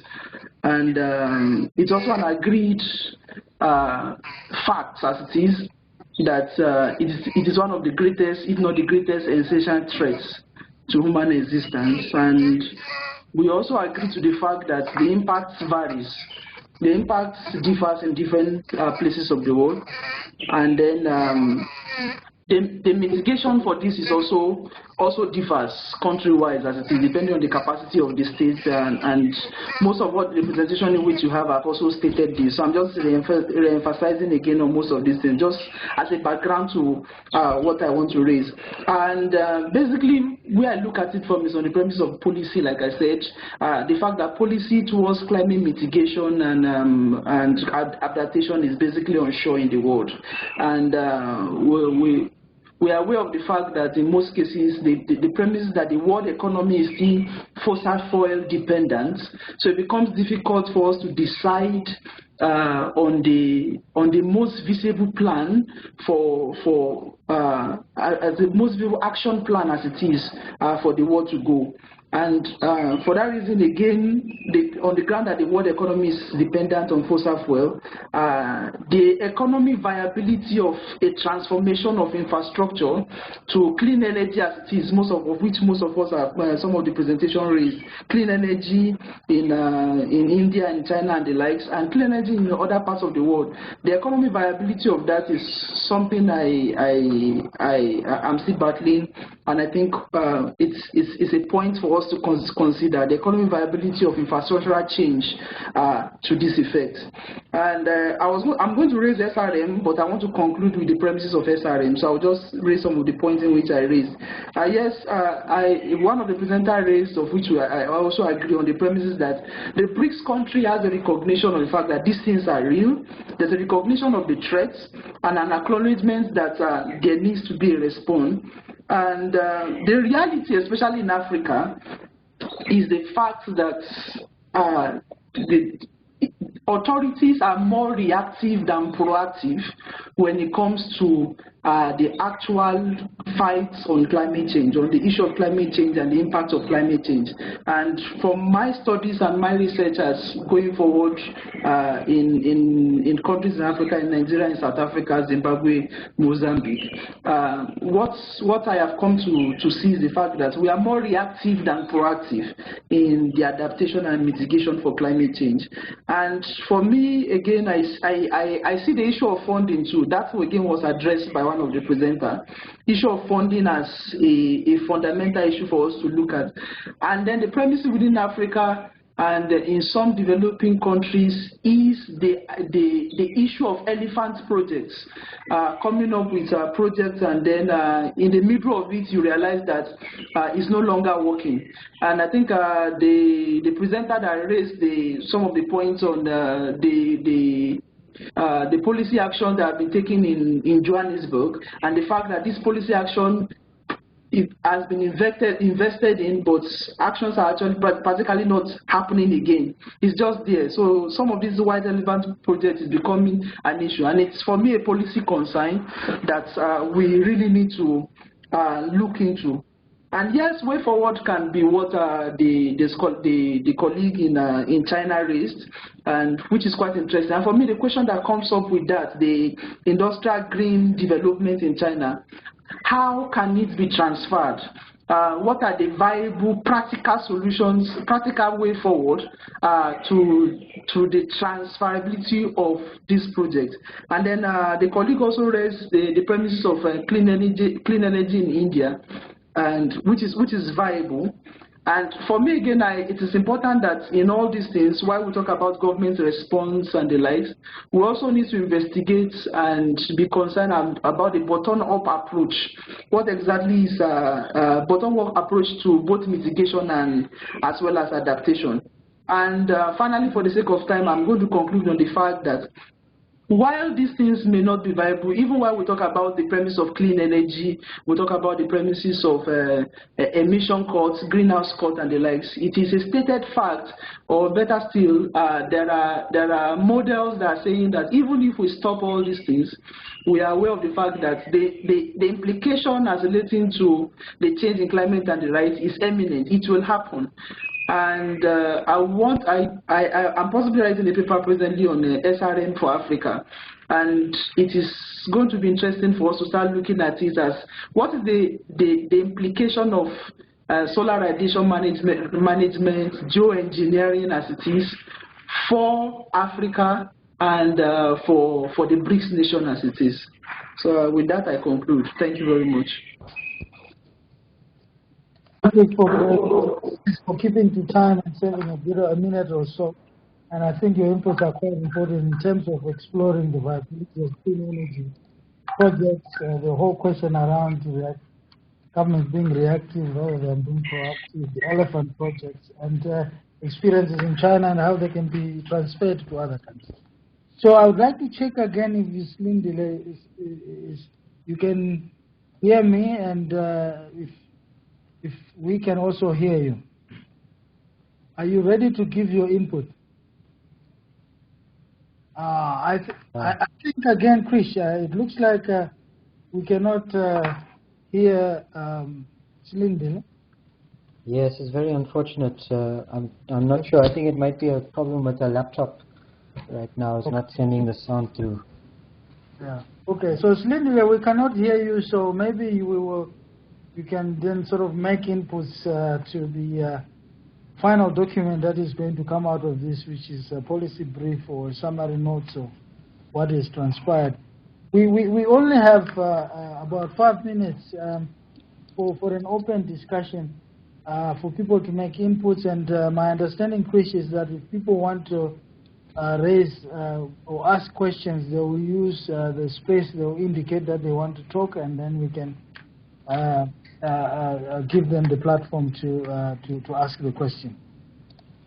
That's right, Charles. So people can just drop a comment in the group chat, and we'll follow up there if you have any questions. It's a pity about Slindile. If you have any comments that you'd like to raise, Slindile, perhaps you can type them out, and then we can just convey that to the group. Yeah. Okay, so it's open to people to indicate if they want to make a contribution. Cynthia and Kamleshan? Yes, Cynthia first, and then there's Kamleshan. Yeah. Cynthia? Okay, thank you very much, Charles.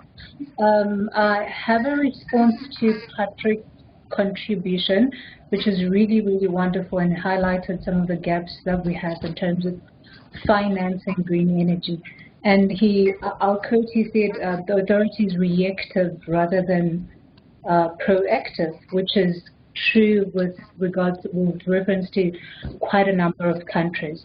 But I think it would be very misleading to then sort of group all countries and say they're very proactive, because for you to be able to say you are proactive as a country, you are reactive rather as a country, do you have the capacity to be proactive? So in one of my research, I looked at low-income countries. So low-income countries, that would include the likes of Zambia, which are in the Southern Africa region, of course. Please give me a moment so I can wear my earphones. I can hear there's an echo. So as I was saying, all right.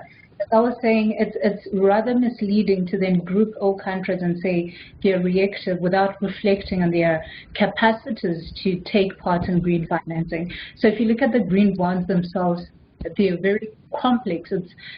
There's certain requirements that need to be there in order for a bond to be regarded as a green bond. And if you take low-income countries, the likes of Zambia, the likes of Zimbabwe as well, most recently, they don't have sort of the market sophistication to enter into the green bond field.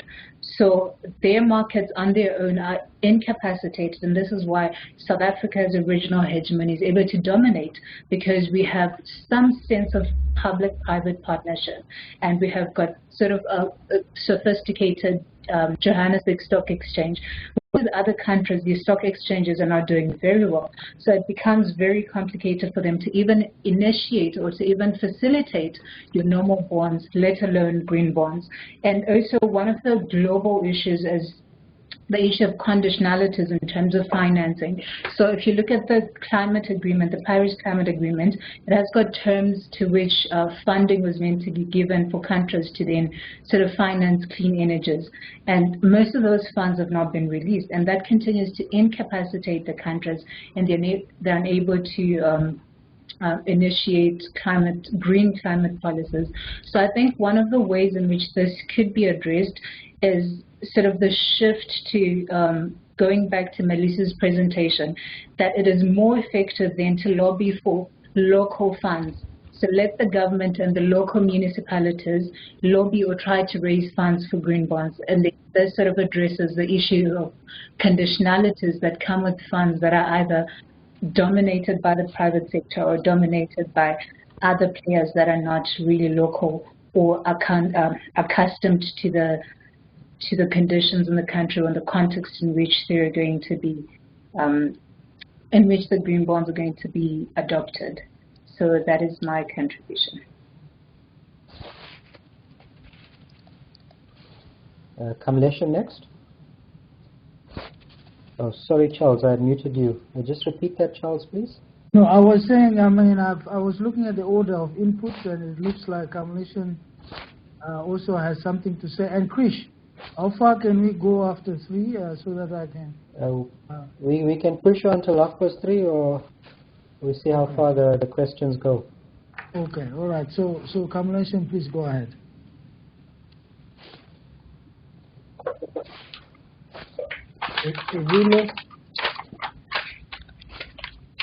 It looks like Kamlesha, I'm not sure if he can hear me because he has indicated to talk. But Krish, you hear me?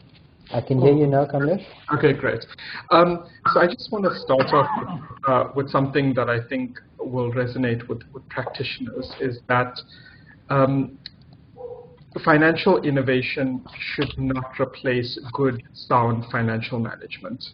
And I think at the moment in the climate finance space, there's a tendency to focus on new instruments rather than doing the simple things really well and avoiding things like, corruption, enhancing transparency, using, debt and grants in a responsible way. I just want to point out that I know that there's been a lot of discussion about green bonds, and I've worked on the verifier side. So I've actually looked at the bonds and looked at what goes into the bonds and how green and responsible they are. And I think one of the huge problems with green bonds is that even though they are debt instruments and they have significant value attached to them, we need to still ask the question of whether they are delivering green outcomes and green impact. The truth is that 1% of all of the proceeds that are issued for green bonds are actually verified on the ground in terms of what they're delivering in terms of impact. So even though I support the instrument, I think that it's done wonders since the first issuance in 2007. I think that climate finance instruments need to really be matched up to their monitoring, reporting, and verification of their emission reduction potential and their vulnerability benefits. If not, then it will be as the financial sector is, where there's a lot of unregulated practices which actually don't deliver any kind of social, environmental good or benefit. So that's my comment.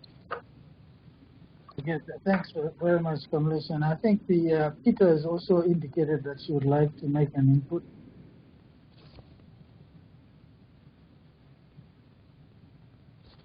I think you are muted. We can't hear you, Peter. Oh yeah, now we can hear you. I unmuted the wrong one. Thank you, everyone, and thank you for your sharing as well. I think we've all been a bit challenged today, and in a way that's kind of what's being raised here. How do we develop policy? How do we access the money? And I heard you say, Chair, that you're developing policy proposal, I think, from this, and would be very useful to maybe have opportunity to look at it or comment. But I just want to carry on from the last comment that when we're talking about accessing these financial instruments, we're often looking at the bigger cities, the more resource cities, and I don't want us to lose sight of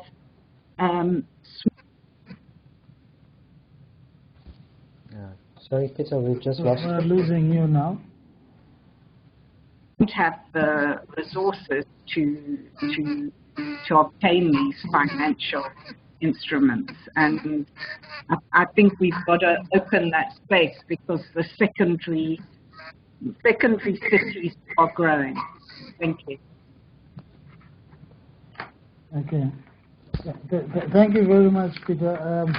Yes, I was indicating earlier that one of the outputs, or anticipated outputs, would be to develop some kind of a policy brief targeted to the BRICS New Development Bank and the BRICS Energy Ministries and regulators regarding appropriate efforts tailored to the needs of the BRIC countries. Yeah.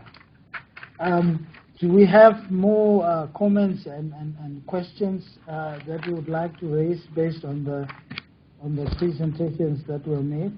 I just wanted to maybe abuse my chair and ask Melusi, and also link that to the input that Patrick made around the City of Joburg project. I think which Patrick was trying to characterize as an elephant project. And I was wondering whether this was a question of policy or it was an engineering challenge. Let me just unmute to Melusi. Go ahead, Melusi. Can you just check if your mute button is on? Melusi, you're muted. Okay. Can you hear me now? Yes, we can hear you now.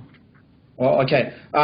If it relates to the combined heat and power plant in Northern Works, it might be, I don't know how to put it across. It is an engineering but also an administrative problem, because in the design of the CHP plant, we are currently working on a CHP project with the City of Tshwane here in Pretoria, drawing lessons from the failed Northern Works in Johannesburg. So the way you structure the project, one thing that we need to understand is that wastewater treatment facilities are not power plants. They are water recovery facilities. And the people who manage those facilities are not measured on the basis of amount of electricity generated. Their performance is measured on the amount of water treated per day. Therefore, the way you structure, you package the project, if you want such a project to be sustainable, you need to make sure that all the organic waste goes to the CHP plant so that the plant can reach its full operational capacity.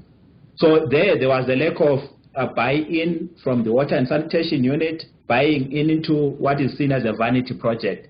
So where we are currently sitting as advocates of sustainable energy projects, which are mainly seen as vanity projects, is to ensure the sustainability of these projects. Because as a councillor in Johannesburg, I don't see myself voting for another project that will definitely fail.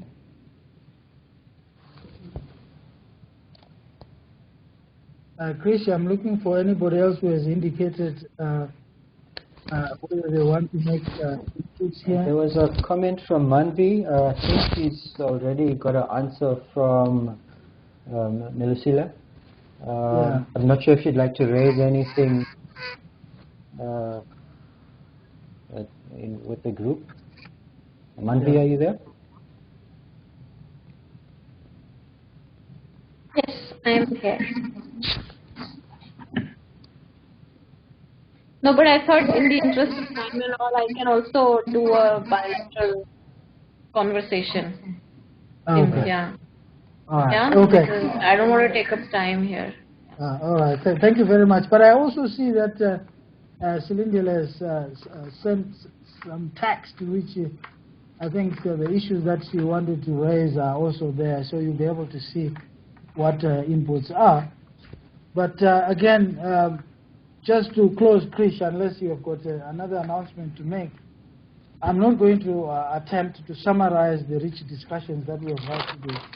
But I'm of the view that the various case studies that have been given, either at the country level or even at at a local level, have enough material to begin to try and raise questions about, for example, the viability of clean energy, as Patrick has raised, the financing of clean technology, the experiences across countries around green bonds, why has South Africa been successful, for example. So there's been sufficient material that has been generated that I think, Krish, when put together, would begin to help us put together not just policy suggestions or options, but also a research agenda going forward.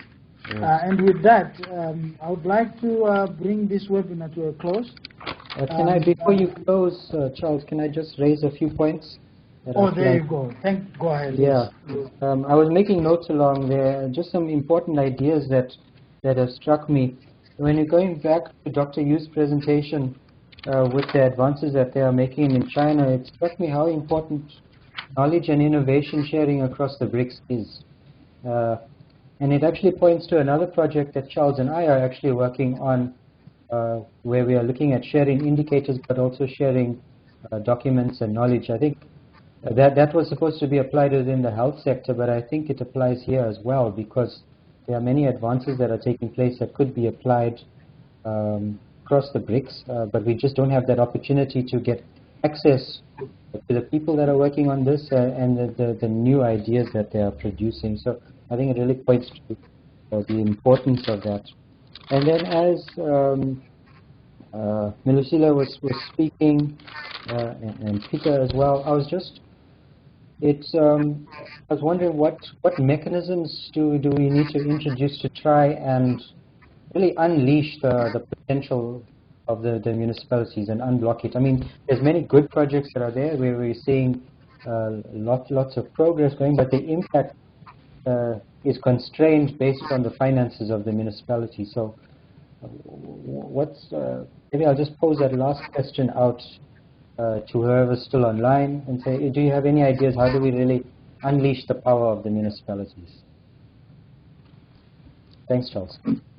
Okay, thanks. I mean, I think that's an open question to people. I have no idea who is still on, but I'm sure they are hearing, and we'll look and see if there's anybody who's willing to respond to that question.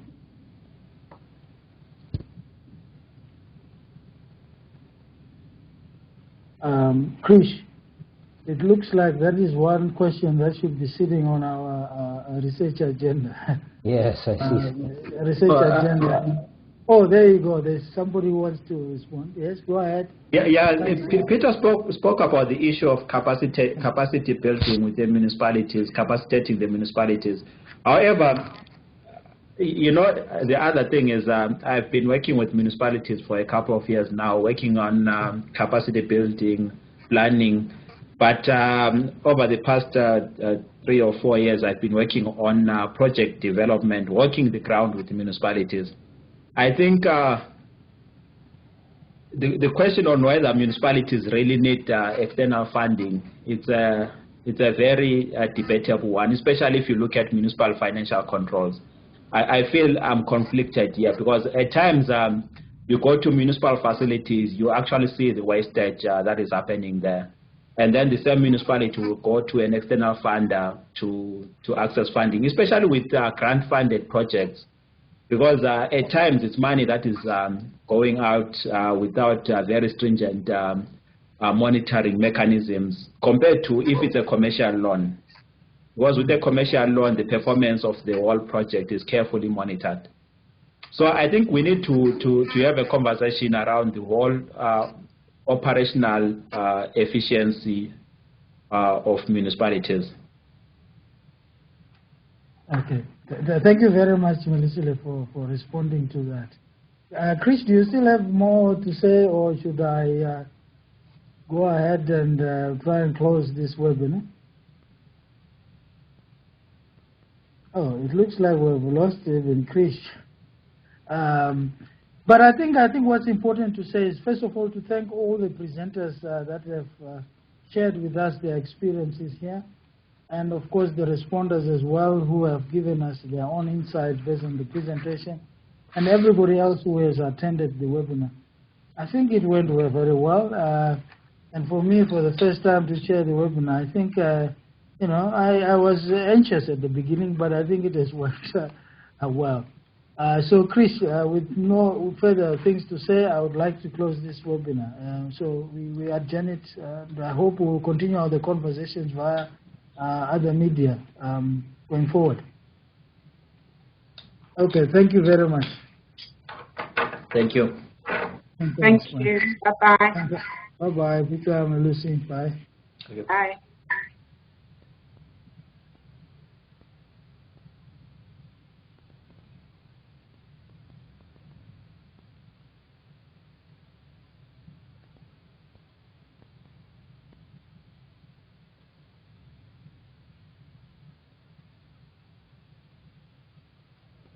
Thank you, Krish. This was really educative and interesting. And I can't hear you. Still can't.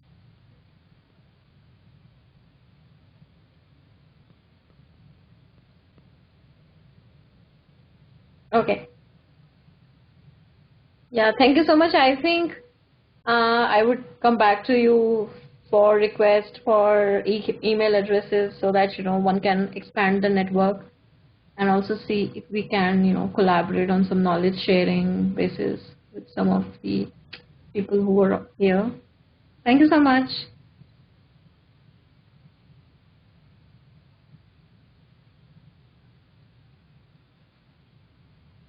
Yeah, okay. Okay, bye.